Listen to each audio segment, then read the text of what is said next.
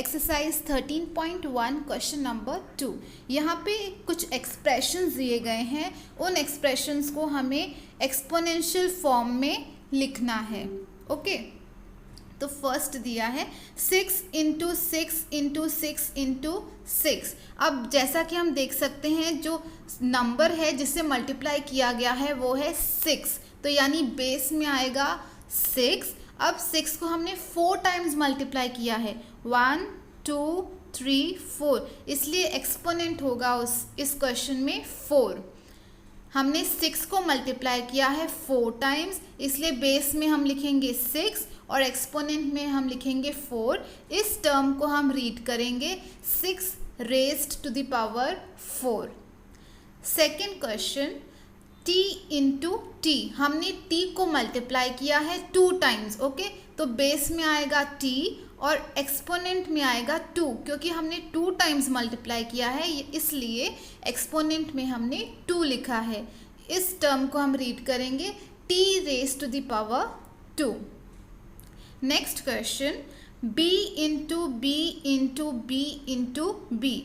इस वाले क्वेश्चन में हमने b को मल्टीप्लाई किया है, इसलिए b होगा हमारा बेस, और हमने b को 1 2 3 4 टाइम्स मल्टीप्लाई किया है, इसलिए हम एक्सपोनेंट में लिखेंगे 4। इस टर्म को हम रीड करेंगे b raised to the power 4।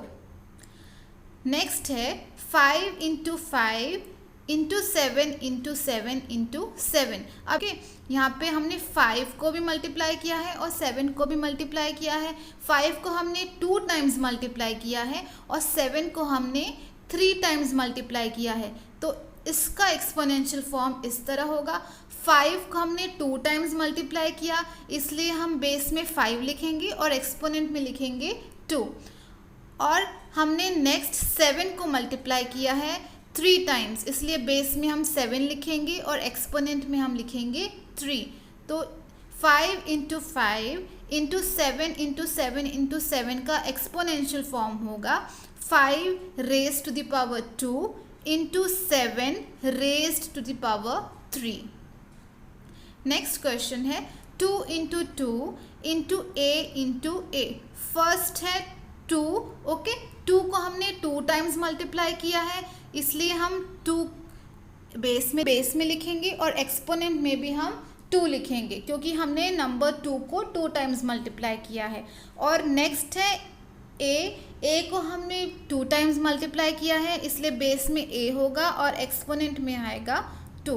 तो 2 इंटू 2 इंटू a का एक्सपोनेंशियल फॉर्म होगा 2 raised to the power 2 into a raised to the power 2।